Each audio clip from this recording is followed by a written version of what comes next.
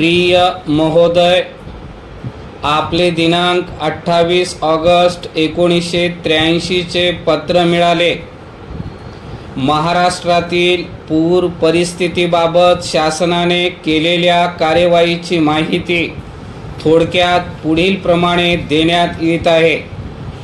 पुराच्या प्रचंड नैसर्गिक आपत्तीची जाणीव झाल्याबरोबर ताबडतोब शासकीय यंत्रणेद्वारे व सार्वजनिक संस्थांद्वारे युद्ध पातळीवर मदत कार्य सुरू करण्यात आले.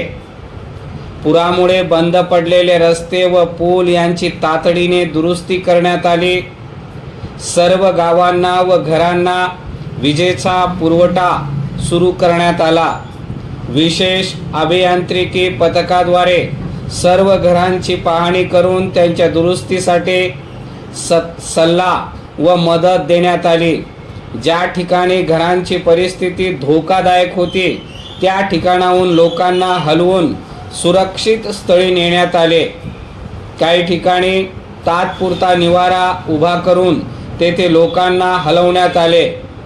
अन्नधान्य, कपडे व घरगुती वस्तू विकत घेण्यासाठी प्रत्येक कुटुंबाला प्रत्येक व्यक्ती मागे ₹1000 तात्कालिक मदत म्हणून देण्यात आले.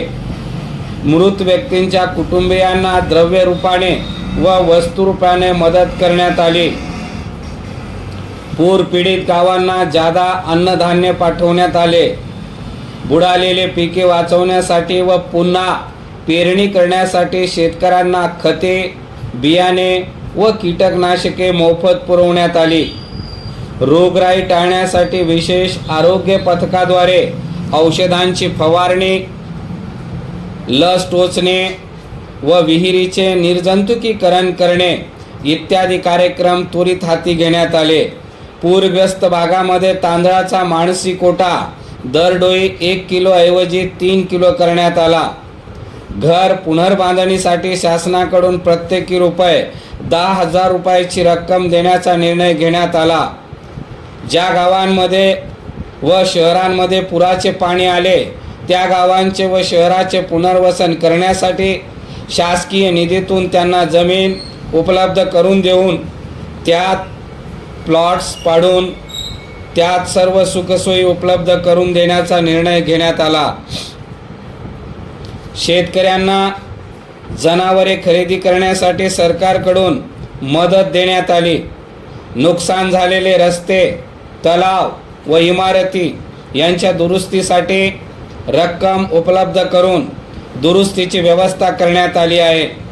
वृक्षारोपणाचाही मोठा कार्यक्रम हाती घेण्यात आला आहे. या प्रचंड संकटातून बाहेर पडल्याबरोबर पूर पीडितांच्या पुनर्वसनाचा प्रश्न शासनासमोर आहे. ज्या शेतकऱ्यांचे जमिनीचे नुकसान झाले त्यांना जमिनी दुरुस्त करून रब्बी हंगामात पीक घेता येण्याच्या दृष्टीने मदत देणे अत्यंत आवश्यक आहे. त्या दृष्टीने कृषी पथकाद्वारे नुकसानीचा अंदाज घेऊन पर्यायी पिके कोणती घेता येतील, त्यासाठी बियाणे किती लागेल याची माहिती गोळा करण्यात आली. घर बांधणीसाठी द्यावयाच्या मदतीचा उल्लेख वर झालाच आहे. केंद्र शासनाकडे मदतीसाठी निवेदन देण्यात आले असून त्यांच्याकडून भरीव मदत मिळेल अशी अपेक्षा आहे.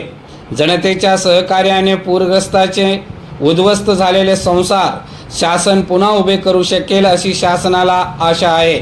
आपला